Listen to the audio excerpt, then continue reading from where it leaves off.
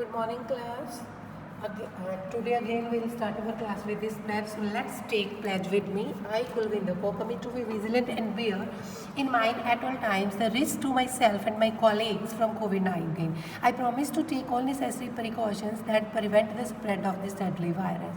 I promise to follow and encourage others to follow the key COVID appropriate behaviors, to always wear a mask, face cover, especially when in public places, to maintain a minimum distance of 6 feet from others, to wash my hands frequently and thoroughly with soap and water. Together we will win this fight against COVID-19. Yes, class, today we will revise first chapter, structured part. Our first chapter of civics, our constitution. Today we will revise structured question from this chapter for unit test. First structured question is there. In the light of cabinet mission proposals, discuss the following. First, a number of seats in the Constituent Assembly.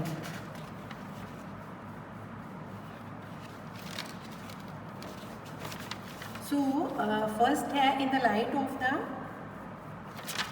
light of the cabinet mission proposals, discuss the following. First, we will discuss number of seats in the Constituent Assembly. Number of seats in the Constituent Assembly.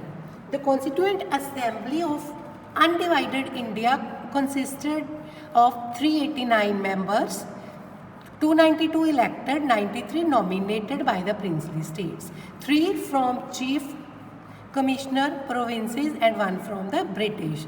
So the Constituent Assembly of Undivided India की जो constituent assembly थी उसके members थे 389, उसमें से 292 elected, 93 were nominated by the princely states and 3 members from chief commissioner provinces and 1 from the British.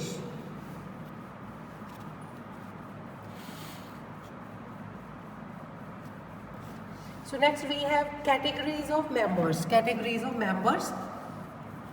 of the Constituent Assembly. The Cabinet Mission Plan had ensured representation to only 3 categories: the General Category, Muslim and Sikhs. ये 3 को उन्होंने 3 categories को, general category, Muslim and Sikhs को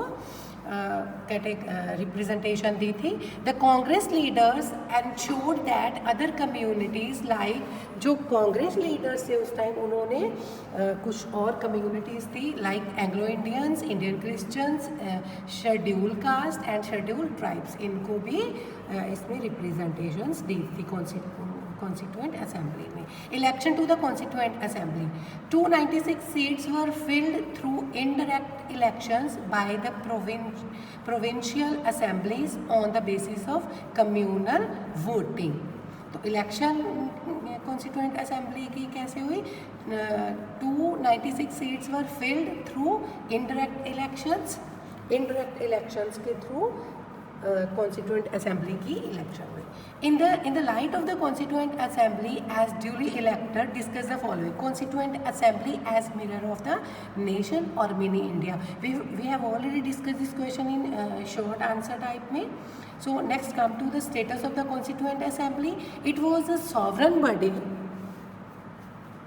constituted to frame the Indian Constitution, particularly as the country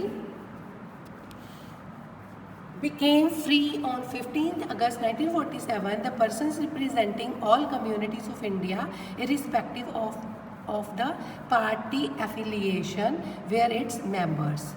It was a mini India. You can consider your short answer type question from short answer types. सो क्योंकि इसमें सारे India को represent किया था, सारी cast को, सारी कम्युनिटीज़ को, so that's why it was called as a mini India. Next, with reference to the working of the constituent assembly, explain work of drafting committee. On 29th August 1947, the Constituent Assembly set up a drafting committee under the chairmanship of Dr. B.R. Ambedkar to prepare a draft constitution for India. On 21st Feb 1948, it presented its first report of the draft constitution to the Constituent Assembly. Next है passage of the constitution. Each article of the draft constitution was discussed and fully debated in the Constituent Assembly from 15th November 1948 to 17th October 1949. From 14th November 1949 to 26th November 1949, the final discussion on the draft constitution was held. The constitution was adopted and enacted on 26th November 1949 when it received to assent of the President of the Constituent Assembly and other members. It was enforced on 26 January 1950. Next question, the preamble. Fourth question, the preamble to the Constituent Assembly. The preamble to the Constituent declares India to be sovereign, socialist and secular state. What do these expressions mean? Sovereign state. Sovereign state क्या होती है? The Indian state is a sovereign state, which means that it is an independent country and is governed by its own people. So, socialist state, the Indian state is a socialist state, which means that it ensures a fair and equal distribution of the country's wealth among all its people. Next, secular state. India is a secular state with no official religion. People are free to follow any religion. Next, we have discussed the value and significance of the preamble. Preamble की value and significance. The preamble is the introductory statement to the Constitution. It conveys the values, vision, and objectives of the Constitution. It conveys the values, vision, and objectives of the Constitution. It emphasizes that the source of the Constitution of India is the people of India and it works for the people of India. तो ये क्या किस चीज़ पर emphasise करता है कि India के जो पीपल है वो इंडिया वो लोगों के लिए है और लोगों के लिए वो काम करेगा. The preamble is considered as the key to the constitution. It is not enforceable by the courts of law.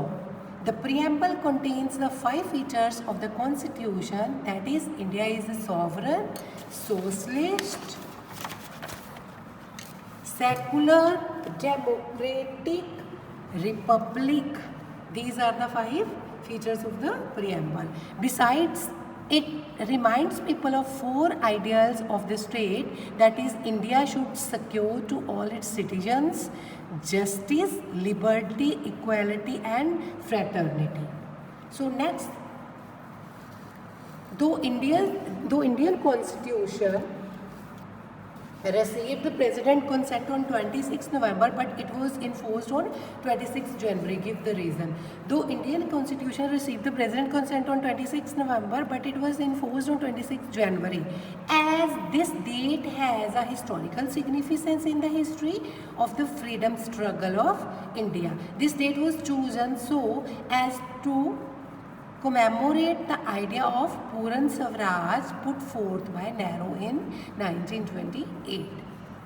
This one also we have discussed in short questions. So our content is only up to this much. With this, goodbye to all of you.